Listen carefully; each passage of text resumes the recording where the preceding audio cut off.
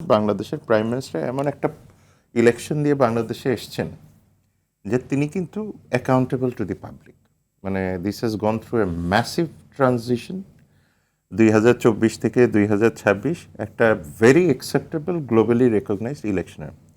অতীতে foreign policy সবসময় আপনি দেখবেন যে একটা এলিট সার্কেলের মধ্যে থাকতো। এই ফরেন পলিসি 2024-এর 5 অগাস্টের পর থেকে ফরেন পলিসিটা এলিটের কাছে নেই, এটা সাধারণ কাছে চলে গেছে। এবং সাধারণ মানুষ কি বোঝে? ভারত বোঝে, পাকিস্তান বোঝে, কিছুটা বার্মা বোঝে, কিছুটা আমেরিকা বোঝে, মিডল ইস্ট বোঝে, কারণ প্রত্যেক পরিবারের কেউ না কেউ মিডল ইস্ট ইটালিতে থাকে। এক্স্যাক্টলি। তো সুতরাং তাদের জন্য আসলে চিন্তা ভাবনাটা থাকে যে এই যে 2024-26-এ যে সময়টা, এই সময়টাতে বাংলাদেশের মানুষের হাতে আরেকটা জিনিস এসছে, এটাকে বলে টেকনোলজি। তো টেকনোলজিটা হলো আপনি যখনই এটা খুললেই আপনি কিন্তু কিছু না কিছু পেয়ে যাচ্ছেন। ভুল হোক, মিস ইনফরমেশন হোক, ডিসইনফরমেশন হোক, হাবি জাবি গার্বেজ সবই মানুষের কাছে যাচ্ছে, মানুষ দেখছে এবং দেখে কিন্তু সে একটা ডিসিশনে আসে। এবং এই যে ডিসিশনটা আপনি দেখেন, যে কারণে আপনি এই সাধারণ মানুষকে যেরকম এক্সপ্লয়েট করা ইজি একটা ভুল বার্তা দিয়ে, আবার তাকে কিন্তু ফিরিয়ে আনাও খুব ডিফিকাল্ট, কারণ তার তো একটা অ্যাকাউন্টেবিলিটি চাই। ফলে বাংলাদেশের প্রধানমন্ত্রী যখন যাবেন তাকে কিন্তু এগুলি মনে রাখতে হচ্ছে।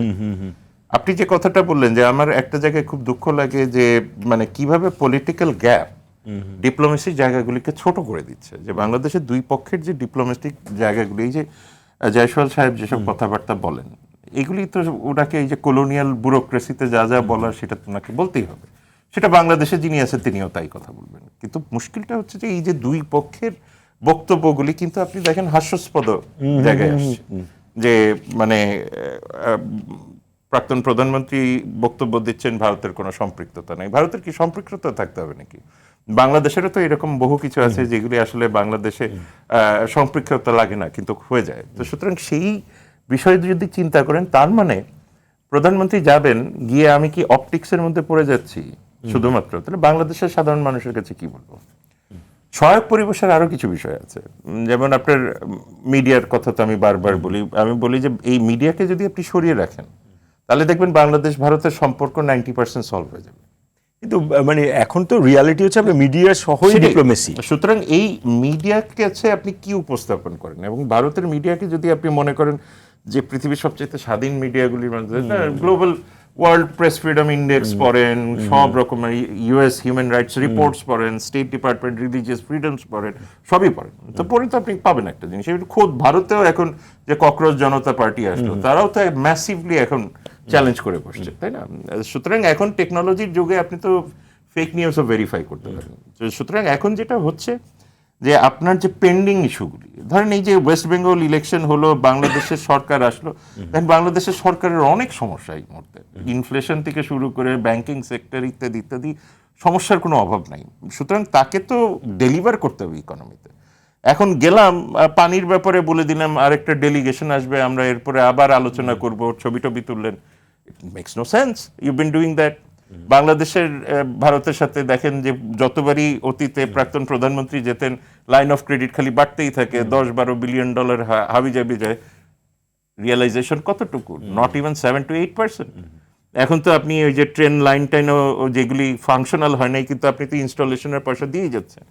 গুড পার্ট যে ইন্টারিম গভর্নমেন্টের সময় অনেকগুলি প্রজেক্টকে কমিয়ে নিয়ে আসা হয়েছে, গুড পার্ট। এখন সেই জন্য যখন আস্থার জায়গাটা একটা, ডেলিভারেবলসের জায়গাটা একটা, গ্যাঞ্জেস এক্সপায়ার করে যাবে ডিসেম্বরে, তিস্তার ক্ষেত্রে এখন আপনি কি অবস্থান গ্রহণ করবেন? একটা হতে পারে হয়তো বাংলাদেশ থেকে গেল সারপ্রাইজ বলে একটা কিছু দিয়ে দিল, তাই না? এটাও হতে পারতো, কিন্তু সেটার জন্য তো আপনার প্রস্তুতির প্রয়োজন আছে। বাংলাদেশ কি সই করবে, কি সই করবে না, নিশ্চিতভাবে এজেন্ডা সেটিং নিয়ে অনেক দিন ধরেই কাজ হচ্ছে, এবং এইটাতে অস্বীকার করার কোনো কিছু নাই। দুই সাইডেই এজেন্ডা সেটিং নিয়ে নিশ্চিতভাবেই কোনো না কোনো, মানে হুমায়ুন স্যার আমার চেয়ে ভালো জানবেন যে নিশ্চয়ই এই ধরনের কথাবার্তা তো ডিপ্লোম্যাটিক লেভেলে হয়েই থাকবে।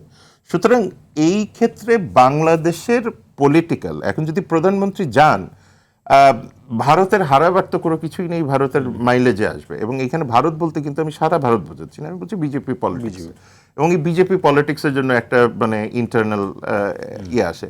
আপনি একটা খুব ইন্টারেস্টিং কোয়েশ্চেন করেছেন যে ম্যাকআপ অ্যাক্ট ফর অ্যান এক্সাম্পল। তো ম্যাকআপ অ্যাক্টে যদি বাংলাদেশ কিন্তু এখনো ডিসিশন নেয়নি, বলেছে যে এটাকে সাধুবাদ জানাচ্ছে এবং মার্কিন যুক্তরাষ্ট্র এটাকে কনগ্রাচুলেট করেছে, সাউদিদের ফাইন্যান্সিয়াল মাইট। কিন্তু আজকে নতুন যিনি পররাষ্ট্র প্রতিমন্ত্রী হয়েছেন উনার বক্তব্যটা একেবারে এরকম যে এটা আমরা ইতিবাচকভাবে না দেখছি, সেটাই বলছি, এটার মানে তো আমরা জয়েন করে ফেলছি তা না। বাট স্টিল আমরা Right. খুব কনজেনিয়াল দেখেন, হ্যাঁ রাইট, এখানে ডিফেন্স ইন্ডাস্ট্রি আছে টার্কি, যেটা আমাদের একটা ইন্টারেস্ট।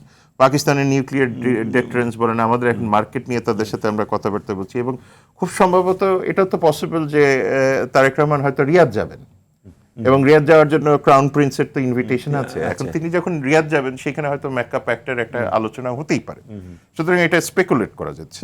সুতরাং সব দিক থেকে দেখেন যে বাংলাদেশ এখন যদি আমি চিন্তা করি, রণধীর জলসওয়াল তো এটাও বলেছেন যে তারা এটাকে অবজার্ভ করছে, ডেফিনেটলি পজিটিভলি নিচ্ছেন না। এখন নিশ্চিতভাবে যদি পজিটিভলি আপনি না নেন তো সেটাও তো একটা ইম্পর্টেন্ট ফ্যাক্টর আমার জন্য, যে আমি কেন যাচ্ছি না, কি করব না, ফলে সবকিছু মিলিয়ে। এবং আরেকটা যেটা স্যার যেটা বললেন যে কিছুটা টোনে পরিবর্তন, ভিজিট দুই দেশের মধ্যে হবে, দুই দেশের মধ্যে সম্পর্কের ইমপ্রুভমেন্ট ঘটবে, প্রত্যেকটা জিনিসই ঘটবে, এটা সময়ের ব্যাপার মাত্র। কিন্তু মুশকিলটা হচ্ছে এই সময়টা ভারত কতটুকু নেবে, মানে এটাকে কি সে লম্বা করবে নাকি এটাকে শর্ট করবে, বাংলাদেশ কি এটাকে লম্বা করাবে? কার্ডটা কি তাহলে ভারতের কাছেই? কার্ডটা দুইজনের কাছেই, তবে মূলত সমস্যাটা তো শুরু হয়েছে 5ই আগস্ট থেকে। তো যেটা আমি সবসময় বলি, এটা কি ডক্টর ইউনূস, দেখেন এই ডক্টর ইউনূসের মতো একটা মানুষকেও তো তালেবান বলা হয়েছে এবং মানে আপনি বলবেন যে এটা ভারত সরকার তো বলেনি, নিশ্চিতভাবে ভারত সরকার এটা বলেনি, তো ভারতের গণমাধ্যম তো ওনাকে তালেবানও বলেছে। আবার দেখেন ভারত সরকারের আমন্ত্রণে বা ইয়েতে তালেবান প্রধানমন্ত্রী পররাষ্ট্রমন্ত্রী তো দিল্লিতেও ছিলেন। তো এখন বোঝা যাচ্ছে যে পাকিস্তানকে কাউন্টার করতে গেলে এখন আফগানিস্তান আপনার সবচেয়ে ভালো বন্ধু, এখন র্যাডিক্যাল ইসলামিস্টরা তো আপনার ভালো বন্ধু হয়ে গেছে। সুতরাং মুশকিলটা হয় যখন আপনি ডাবল স্ট্যান্ডার্ড করেন। চায়নার সাথে আপনার $150 বিলিয়ন ট্রেড, বাংলাদেশের ট্রেড নিয়ে ব্যাপক চিন্তা ভাবনা যে কি হয়ে গেল না। সুতরাং সেই জন্য বললাম যে একই ব্যাপার যে বাংলাদেশ র্যাডিক্যাল ইসলামিস্টে ভরে যাচ্ছে, মানে এই ধরনের চিন্তা ভাবনা, কিন্তু আপনি দেখেন আফগানিস্তান আপনার এখন নতুন বন্ধু, তো এখন আফগানিস্তান তো আমার নতুন বন্ধু এখনো হয় নাই।